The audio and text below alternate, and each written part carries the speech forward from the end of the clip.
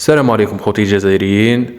قبل ما نبداو فيديو خوتي ما تنساوش تصلوا على النبي صلى الله عليه وسلم في التعليقات وديروا لنا اعجاب باش تدعمونا، على خاطر القنوات هادو اللي دافعوا على الجزائر راهم قلال بزاف في هادو الايامات. وبلا ما نطولوا عليكم خلونا نبداو في الفيديو. اليوم خوتي الرئيس تاعنا عبد المجيد تبون الله يحفظه دار تصريح ناري ما يديرش الا رئيس قوي ويشعر بالثقه وعنده ثقه في النفس وعنده ثقه في الدوله تاعه وفي الشعب تاعه وفي المؤسسات تاعه.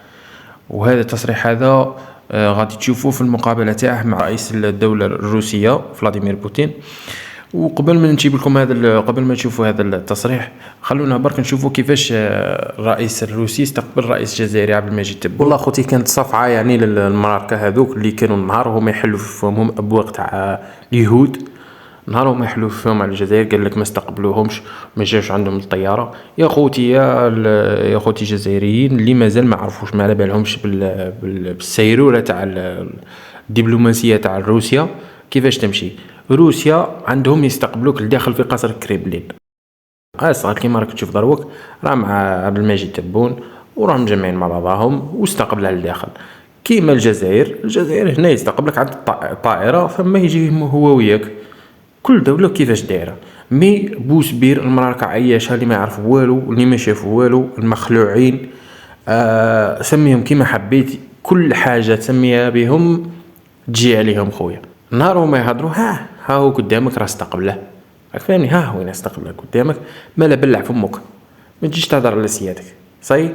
ونهار الزاوج ديجا من الاستقبال تاع الجزائر جات الصين ستادير تعرف باللي راه الجزائر راه ند راها مع الدول الكبار. جات الصين والروس والجزائر، حبيت ولا كرهت حنا نتحالفوا مع اقوى، نتحالفوا مع الاقوى وانتم تحالفوا مع الخنازير هذوك تاع اليهود لعنه الله عليهم. المهم ها وين الفيديو، شوفوا التصريح تاع الرئيس الجزائري عبد المجيد تبون.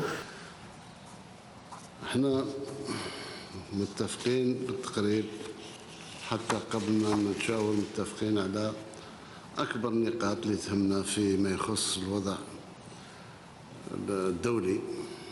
الوضع الدولي مضطرب جدا، ولذا نريد التعجيل في دخولنا في منظمة البريكس حتى ندخل في تنظيم آخر غير الدولار وغير الأورو وغير أولا